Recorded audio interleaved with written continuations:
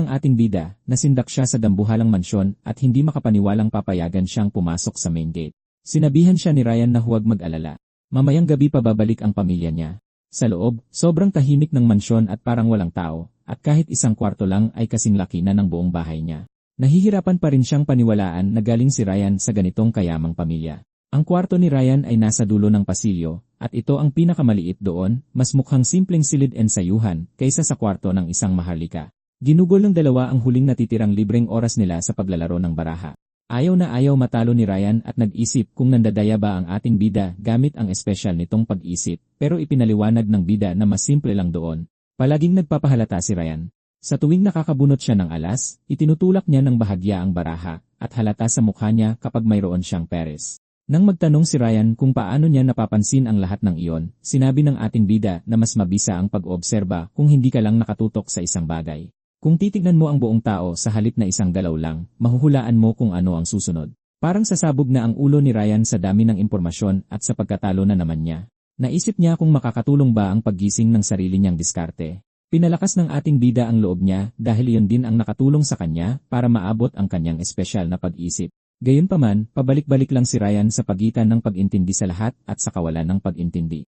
Saka napansin ng ating bida ang isang nobela sa tabi ng bintana. Gusto niya itong basahin, lalo na't matagal siyang nakulong sa pagbabasa ng mga simpleng libro ng kasaysayan. Pero paglingon niya, tulog na si Ryan sa mesa. Siguradong pagod na pagod siya. Tiningnan ng ating bida ang oras at naisip kung kailan babalik ang pamilya. Saka siya nakarinig ng tumutugtog ng piano. Matapos ang ilang sandali, naalala niya na isang tao lang sa bahay na ito ang maaaring tumugtog niyon. Iyon ang pianista ng palasyo, si Rina Ogent, ang nakatatandang kapatid ni Ryan. Lumingon siya at tinanong kung ano ang masasabi niya sa sonata. Nanigas siya sa kinatatayuan at umasang hindi siya nito napansin. Nang pumasok siya, tinanong nito kung bago siya at ipinaliwanag niyang isang taon na siyang nag-aayos ng mga libro sa silid-aklatan. Mula sa reaksyon nito, kilala na siya nito sa mga bali-balita at narinig na matalino siya para sa kanyang edad. Pagkatapos ay nagtanong ito kung nakatugtog na siya ng piano noon. Nanatiling maingat ang ating bida. Isang tunay na eksperto ang nasa harap niya at tinawag pa man din ni Ryan ang kapatid nito bilang pinakamapanganib na tao sa mansyon. Saka siya inanyayahan nito na umupo sa tabi niya para maturuan siya. Halos hindi siya makapaniwala na ibig nitong sabihin ay upo talaga siya sa tabi nito sa piano. Sinabi nito sa kanya na ayos lang iyon. Walang maglalakas loob na pagalitan siya kung ito na mismo ang nagbigay ng pahintulot.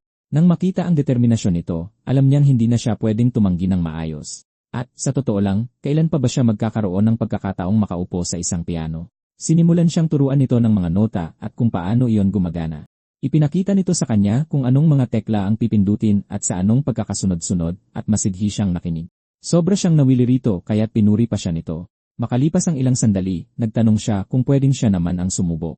Pinalakas nito ang loob niya at sinabing lahat naman ay nagsisimulang hindi magaling. Pero pagdampi pa lang ng kamay niya sa mga tekla, napagtanto agad nito na maling-mali ang pwesto ng kanyang mga kamay. Kahit na ganoon, buong kumpiyansa pa rin siyang tumugtog. Muntik na siyang pigilan nito dahil akala nito ay mali ang lahat ng ginagawa niya. Saka ito nag-alangan dahil sa kabila ng lahat, halos tama ang tunog ng melodya na parang kinokopya niya ng buo ang tugtog sa pamamagitan lamang ng pakikinig. Ginagamit ng ating bida ang kanyang zone at sa bawat nota, nag-a-adjust siya at nagiging mas magaling. Hindi nito maintindihan ang nangyayari. Hindi ito karaniwang pag-ensayo. Sa hindi malamang dahilan, halos nakuha niya agad ang buong konsepto. Nagsimula pa itong magtaka kung bakit ang isang katulad niya ay nagtatrabaho bilang isang utusan. Nang mapansin ng ating bida ang tingin nito, bigla siyang huminto. Inisip niyang lumagpas na siya sa limitasyon niya. Tamang-tama, isang boses mula sa likuran niya ang sumigaw at pinatigil siyang tumugtog. Inis na inis ang nagsalita. Kakapikit pa lang niya para matulog, tapos nagsimula na itong tumugtog pagkarating nito. Lumingon ang ating bida at nakita ang kaibigan nitong si Chiron, na agad nagtanong kung anong ginagawa niya roon. Bakas ang gulat sa kapatid nitong babae nang malamang magkakilala sila. Gusto sana itong itanggi ng ating bida o kahit paano ay iwasan ang usapan, pero sumingit si Ryan at hayagang tinawag siyang kaibigan nito. Sinubukan itong itago ng ating bida, pero binaliwala ito ni Ryan at sinabing kahit pa masamang bruha ang kapatid nito, wala itong pakialam sa mga ganyang bagay. Hindi maintindihan ng ating bida kung paanong hindi ito magkakaroon ng pakialam. Saka ito sumingit at mahinahong sinabing wala namang masama doon. Kung tinatawag siyang kaibigan ng kanyang kapatid, sapat na yon para sa kanya. Dagdag pa nito, maaaring kaawa-awa ang kapatid niya, pero pinaninindigan nito ang mga salita nito. Pagkatapos ay tinanong niya ang ating bida kung ano ang iniisip nito habang tumutugtog. Lubos siyang nabigla sa tanong nito. Gumuho ang lahat ng inakala niyang alam niya tungkol sa mga maharlika sa nakalipas na 16 na taon. Hindi nito ininda na ang kapatid niya ay nakikipagkaibigan sa isang hamak na manggagawa, at labis niya itong ikinagulat kaya tinanong niya si Rian kung bakit niya ito tinawag na masamang bruha gayong mukha naman itong mabait at maganda. Agad na pinagpawisan ng malamig si Rian at mukhang nakatitig sa isang halimaw na handang lumamon ng tao ng buo. Nakangiti pa rin ng matamis, sinabi ng nakatatandang kapatid na medyo walang pag-asa ang kanyang nakababatang kapatid, kaya natutuwa siyang may kaibigan itong tulad ng ating bida. Kinakabahang nagtanong si Rian kung bakit hindi na lang ito ampunin sa pamilya tutal ang cute naman nito. Tinitigan siya nito, nagulat na kumikilos itong sobrang palagay para ipamigay siya ng ganoon. Mabilis na binawi iyon ni Rian at umaktong parang ang ating bida ang nasa panganib at hindi siya. Huli na ang lahat. Hinawakan niya ito sa liig at inihampa sa sahig dahil sa ganoong uri ng pagsasalita sa isang binibini. Natulala na lang doon ang ating bida dahil nawawasak ang bawat ideya niya tungkol sa kilos ng mga maharlika. Pagkatapos mabugbog, nagtanong si Rian kung bakit napaaga ang uwi nito. Nagtanong ito kung alam niya bang sinisertipikahan ang paradisi ngayong araw. Sinundo siya nito at aalis sila bukas. Darating din ang lolo nila mamaya para makita siya. Nanlumo si Rian sa balita at bumulong na oras na nga talaga para sa sertipikasyong iyon. Hindi pa ito naiintindihan ng ating bida, pero nakikita niya kung gaano kalungkot ang kaibigan niya. Ang sertipikasyon ay isang opisyal na pamantayan para sa mga mamamana at salamangkero na kinikilala hindi lang sa kaharian kundi sa buong kontinente. Taon-taon, nasa 1,000 tao ang kumukuha ng pagsusulit pero nasa 20 lang ang pumapasa. Mayroon ding mga hindi opisyal na lisensya. Halimbawa, ang pagtatapos sa isang paaralang kinikilala ng kaharian tulad ng Academy of Magical Deists ay maaaring magbigay sa isang tao ng uncertified na ika-10 ranggo bilang mage. Pagkatapos niyan, maaari nilang pataasin ang kanilang ranggo sa pamamagitan ng pag-ipon ng achievement points mula sa mga guild at asosasyon. Pero dahil karamihan sa mga tao ay naghahabol ng pera at kasikatan, mas mahalaga pa rin talaga ang opisyal na sertipikasyon. Nakakamangha na ang kuya ni Rian na si Ray ay kukuha na ng pagsusulit sa edad na 18. Sinabi lang ni Rian na iba talaga ang mga henyo, lalo na kapag buong-buo ang suporta ng pamilya nila. Hindi siya inasar ng kanyang ate tungkol dito. Sa halip, sinabihan siya nitong magpakatatag, tinapik ang ulo niya, at sinabing siya na mismo ang magluluto ng hapunan dahil may dumating na seafood mula sa palasyo ng hari. Bago umalis, umiti siya sa ating bida, sinabing kinagagalak niya itong makilala, at nagtanong kung magkikita pa ba sila muli. Lubos siyang nabighani rito kaya napatanong din siya sa kanyang sarili ng parehong bagay. Ang problema, aalis na siya sa mansyon bukas. Sa kanya tinanong si Rian kung may nobyo na ba ang ate nito. Agad niyang binawi iyon at sinabing hindi na mahalaga, na curious lang siya, saka nagmakaawa sa kaibigan na kalimutan na lang ang tinanong niya. Pero nakangiti na ng nakakaloko si Rian. Tumakbo siya agad habang napaluhod ang bida natin at nagmamakaawang tumigil siya. Hinabol siya ng ating bida sa pasilyo habang iniisip na kanina lang ay mukhang malungkot si Rian, tapos ngayon ang sigla-sigla na naman niya. Tumakbo sa hagdan si Rian at isinigaw sa buong mansyon kung may nobyo na ba ang kanyang ate. Pilit naman siyang pinatahimik agad ni Sharon. Naguluhan tuloy ang mga lingkod dahil pinipilit nilang intindihin kung ano ba ang isinisigaw nila. Ang kanyang ate naman, kalmadong sinabihan ang lahat na huwag silang pansinin. Sinabi nitong mga bata lang sila na naglalaro sa kainutusan ang mga kawani na ihanda na ang isda at dumiretso sa kusina, pero may iba pa palang nagmamasid sa buong nangyayari. Isang kahina-hinalang lalaki ang nagtanong kung may inaasahang bisita si Rian at kung sino ang batang iyon. Sinabi sa kanya na walang nakaplanong bisita, kaya mas naging kahina-hinala yon. Sinabi ng chief butler na namumukhaan niya ang bata, at nag-utos si Timurin na dalhin siya sa opisina. Kinalaunan, nasa gubat si Rian para mag-ensayo. Sabi niya magpapraktis lang siya ng 10 minuto. Natuwa ang guro niya nang makita siyang nag-ensayo muli, lalo na pagkatapos ng napakahabang pahinga. Noong nakaraan kasi, agad nawala ng interes si Rian. Nahulaan ng guro na kung makapasok si Rian sa palasyo, magbabago rin ang pananaw niya sa pag-aaral. Ang tanging malaking problema ay ang balak niya. Habang abala si Rian, biglang nagmamadaling lumapit ang butler at sinabihan siyang bumalik sa palasyo. Tinanong ni Rian kung sino ang nagpapatawag sa kanya. Kung ate niya iyon, pwede niyang gawin ang kahit na anong gusto niya, pero sinabi ng butler na ipinadala siya ng ate niya para sa isang mabilisang balita. Ang pansamantala niyang butler na si Cheyenne ay nasa panganib. Baka patayin siya. Muntik pang mabilaukan si Rian sa tubig. Hindi niya yon maintindihan. Aalis na dapat si Charon ngayong araw. Ang tanging alam lang ng batang butler ay nagpadala ng ulat si Chief Butler Lewis sa pinuno ng pamilya at sinabi ng senyora na may kinalaman ito kay Rian. Nagbihis agad si Shiran at naghanda ng bumalik sa mansyon. Pinigilan ng master niya si Rian at tinanong kung ano ba itong napakaseryosong bagay para magmadali siya ng ganoon. Wala nang itinago si Rian. Sinabi niyang ang kaibigan niyang butler na si Sharon ay malamang na nahuli na ng kanyang ama.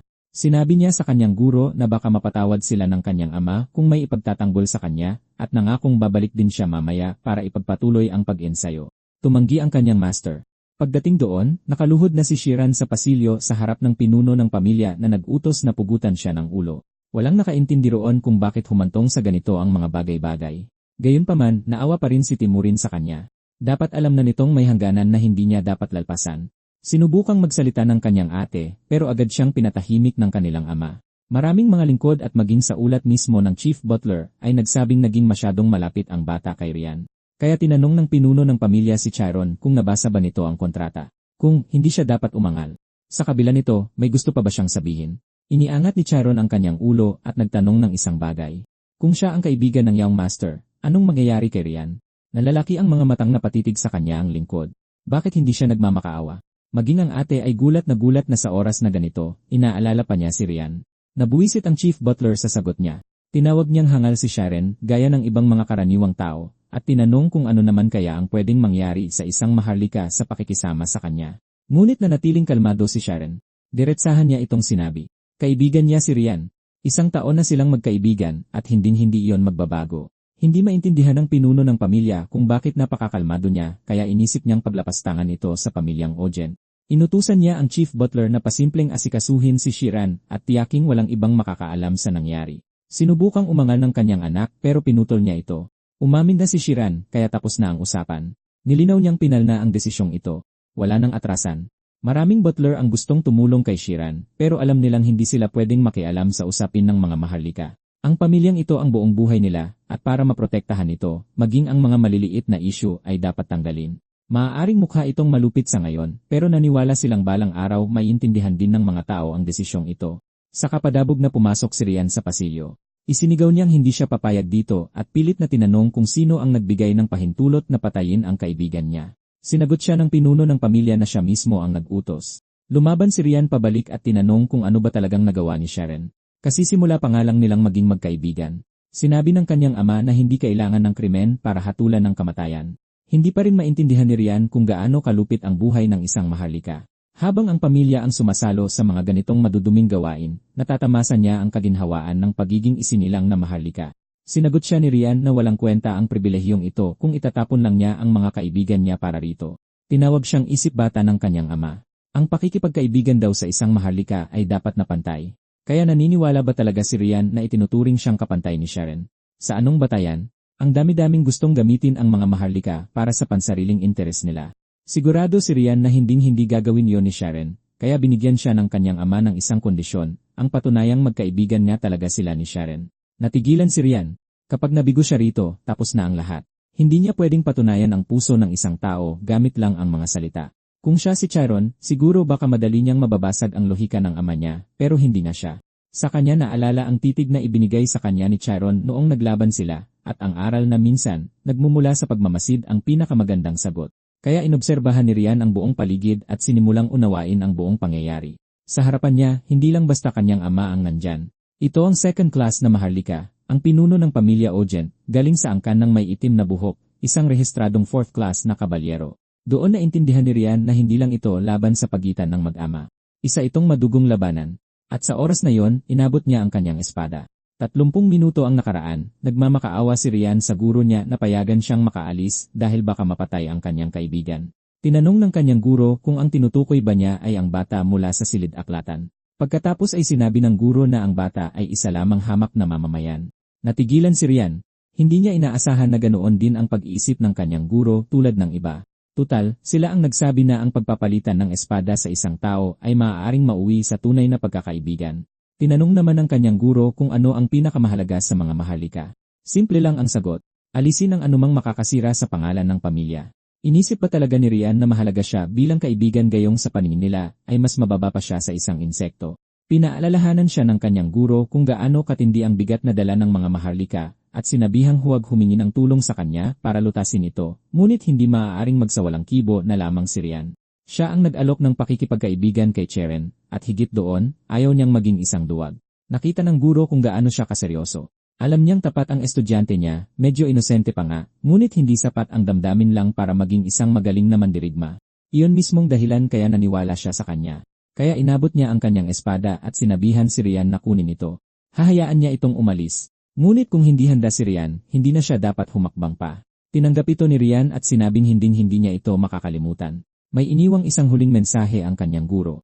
Ang pag-abandona sa isang kaibigan ay parang pag-abandona sa isang bahagi ng iyong sarili. Ngayon ay alam na ni Rian na isa itong laban ng espada, at nakataya rito ang sarili niyang buhay. Natawa siya ng bahagya. Halos masukol na naman siya ng kanyang ama. Ngunit kung katibayan ang hanap ng kanyang ama, iisa lang ang sagot ni Rian. Ang paniniwalang kaibigan niya si Sharon ay sapat ng katibayan. Sinabi ng pamilya na hindi ito tungkol sa pera. Ang dangal ng Maharlika ay pabagsak na, at handa siyang itakwil maging ang sariling anak upang hindi na tuluyang bumagsak ang pamilya. Lahat ay natigilan sa mga salitang iyon. Yumukod si Rian at sinabing kung ang pagprotekta sa kanyang kaibigan ay mangangahulugan ng pag-alis sa pamilya, tatanggapin niya ito. Sinabihan siya ng kanyang ama na itaas ang kanyang espada. Kung talagang kaibigan niya si Shiran, dapat ay handa siyang itaya ang kanyang buhay. Dahan-dahang hinugot ni Rian ang patalim. Yumanig iyon sa kanyang ama. Hindi niya inakalang tatayo ang kanyang anak na may hawak na espada sa kanyang harapan, ngunit sinabi ni Rian na hindi niya ito itinututok sa kanya. Ipinapakita lang niya ang kanyang paninindigan. Hindi pa rin ito maintindihan ng kanyang ama. Hindi man lang makibagay ang kanyang bunsong anak sa ibang mga Maharlika. Ngunit imbes na manatili sa mga kauri niya, pinanatili niya ang isang taong mas mababa sa kanyang tabi na para gumaan ang pakiramdam niya sa kanyang sarili. Sinabi ni Rian na mali na naman ang kanyang ama. Si Cheren ang mas mabuting tao sa kanilang dalawa. Ang tanging nais lang ni Rian ay mas lalong magningning ang kanyang kaibigan. Itinuro ng pinuno ng pamilya si Cheren at iginiit na malaman kung ano ang ginawa niya para umakto ng ganito ang kanyang anak. Paano niya ito nakumbinsing makipagkaibigan? Sinubukan ni Cheren na sumagot na wala siyang ginawa, ngunit sumingit si Rian at sinabihang huwag na siyang magsalita. Sinabi niyang poprotektahan niya ito. Sinabihan siya ni Sharon na kumalma.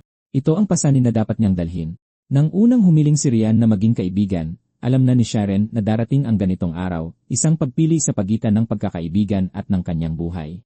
Kahit mamatay siya rito, sinabi niyang hindi niya pagsisisihan ang pakikipagkaibigan sa isang tulad ni Ryan.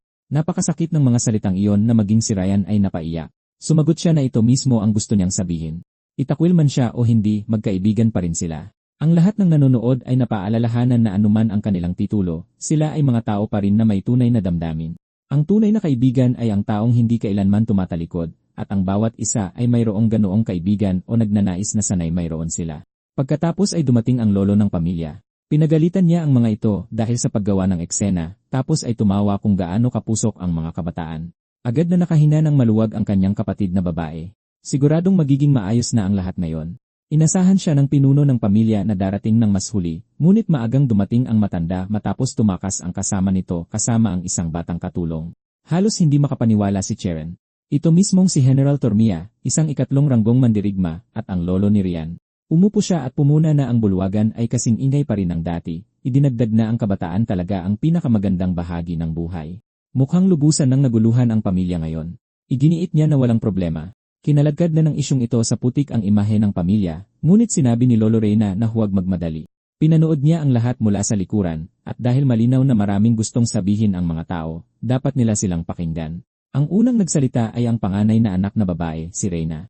Sinabi niyang kahit kahapon lang niya nakilala si Sharon, masasabi niyang siya ay matalino at talentado. Dagdag pa rito, sinunod niya ang bawat alituntunin ng kontrata, at dapat naman talaga siyang umalis na ngayong araw. Sa lahat ng iyon, mahirap sabihin may masamang intensyon si Sharon kay Rian. Kaya sa kanyang paningin, ang kanyang mga ginawa ay hindi isang mansa sa dangal o pangalan ng pamilya. Matapos marinig ang kanyang apo, humarap naman ang lolo sa isa pa niyang apo na si Ray. Sinimulan ni Ray sa pagsasabing hindi niya gusto ang bata, at nagpasaya ito sandali sa kanyang ama. Sa kanya idinagdag na hindi na yon mahalaga.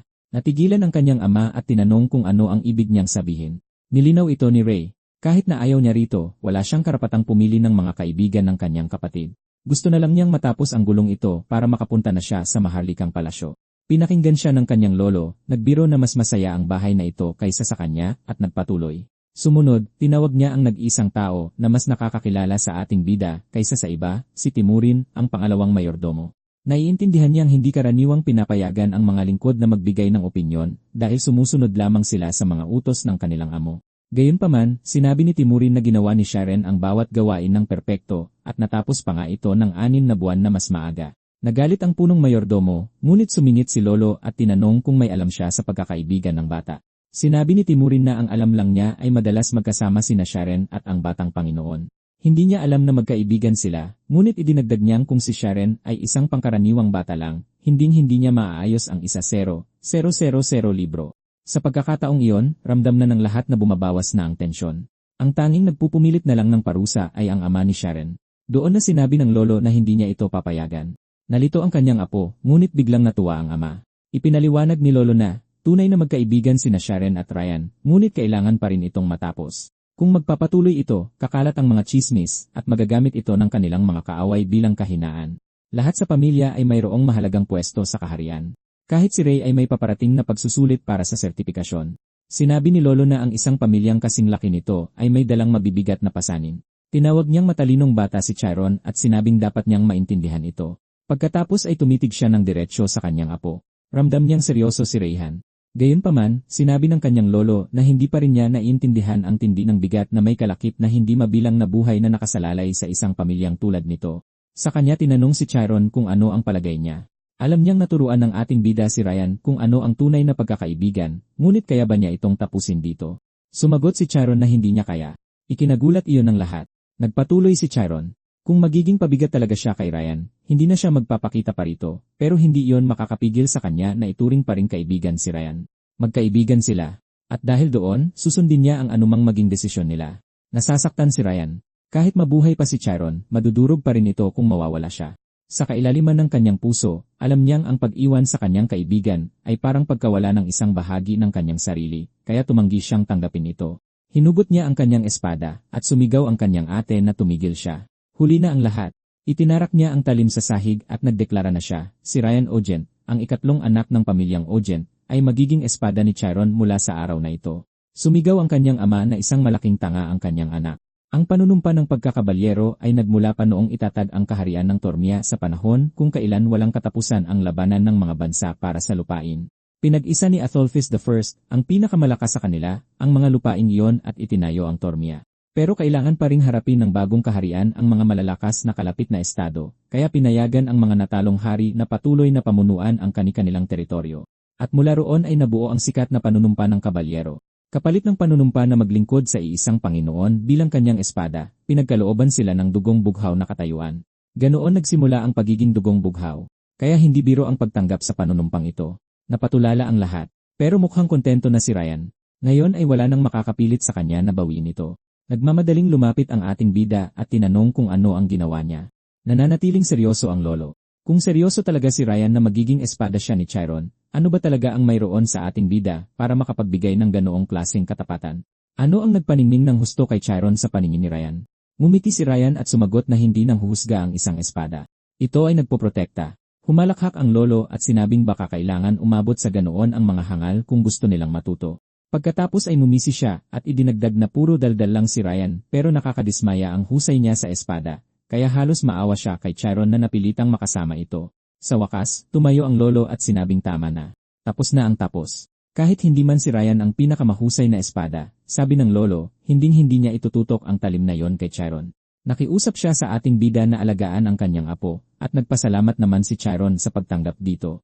Idinagdag ng lolo na ngayong magkatali na silang dalawa ng ganito, hindi niya ito pwedeng palampasin na lang. Inutusan niya ang punong mayordomo na dalhin ang mga magulang ni Chiron sa mansyon. Sinabi ng ating bida na hindi na talaga iyon kailangan. Sinabi ni Ryan sa kanya na hindi niya ginawa iyon dahil lang sa magkaibigan sila. Hindi tulad ng kanyang kuya, sabi niya, alam niya kung paano kumilala ng taong nakakahalina ng iba. Iyon ang dahilan kung bakit handa siyang itaya ang kanyang buhay sa isang taong katulad ng ating bida. Namula si Chiron. Heto na naman ang malalaking salitang iyon. Dahil sa nararamdamang pressure, bumulong siya na kailangan ni Ryan na magsanay ng mas mabuti kung balak niya itong protektahan. Habang nag-uusap sila, pumasok ang ate ni Ryan at tinanong kung totoo bang natalo sa isang laban ang kanyang kapatid. Sa kanya napansin ito sa sahig. Sinigawan din siya ni Ryan na umalis na, pero sinabi ng ating bida na malaki ang naitulong niya sa kanila ngayon. Tinanong ni Ryan kung ano na ang ginagawa ng kanilang ama at lolo. Sinabi niyang naging komplikado ang lahat dahil sa panunumpa ng kabalyero at pinag-iisipan ng mga nakatatanda kung ano ang susunod na gagawin. Gayunpaman, gusto ng kanilang ama na ipadala silang dalawa sa Akademya ng Pag-espada ng Kaizen dahil sinabi na ni Ryan na may talento ang ating bida sa espada. Nagulat si Chiron pero sinabi nitong halos pamilya na siya ngayon at nasabi na niya sa kanila ang tungkol sa kakayahan nito. Mukhang gusto ng buong pamilya na higitan ni Chiron si Ryan. Sumigaw si Ryan na ipapadala siya sa paaralan kung kailan sanay buong araw na siyang makakapaglaro kasama si Chiron. Habang pinapalo siya ng kanyang ate dahil doon, bigla siyang nagsalita na magiging isang salamangkero si Chiron dahil nagising na nito ang spirit state. Natigilan siya, saka nag-isip ng malalim. Talaga bang nanumpa ng katapatan ang kanyang kapatid sa isang magiging salamangkero? Hindi ba magmumukhang mas mahina ang isang espadahin kaysa sa isang salamangkero dahil doon? Ang tanging sagot ni Ryan ay sabihan siyang lumabas, at doon na niya naintindihan ang lahat. Sa huli nilang laban, gumamit ang ating bida ng Spirit Zone. Kaya siya nanalo. Nababasa at nahuhulaan niya ang bawat atake. Pinuri niya ng husto ang taktikang iyon, at sinabing kahit siya ay hindi niya yon inaasahan. Nagtaka ang ating bida kung paano nangyari yon, at sinabihan siya nitong kamangha-mangha siya. Natutunan niya sa paaralan na habang mas tumitindi ang focus, mas lumalakas ang iyong Spirit Zone, at ang pag-abot sa antas na yon, habang may hawak na espada ay hindi ka panipaniwala. Nakatayo lang si Chiron doon na naguguluhan. Alam ng dalawang audience na kung mananatiling ganito ka-awkward ang ating bida, hinding-hindi siya magkakanobya. Kaya binasag ng kanyang ate ang katahimikan at sinabing kakausapin niya ang lolo. Tutal, ang kinabukasan ni Chiron ngayon ay nakasalalay ng malaki kung papasok ba si Ryan sa paaralan ng pag-espada. Napatalon si Ryan at nagtanong kung ano ang mangyayari sa dati niyang guro. Sumagot ang kanyang ate na alam na ni Master Keith ang lahat. Dahil doon, nagdesisyon siyang tapusin ang kontrata ng pagsasanay ni Ryan bukas at magbigay ng kanyang mensahe ng pamamaalam sa umaga. Hindi makapaniwala si Ryan. Sa pag-akala niya, baka umalis na ang guro. Kasabay nito, pumasok ang mayordomo at inihayag na dumating na ang pamilya at naghihintay sa bulwagan. Idinagdag ng pinuno ng tahanan na pwede na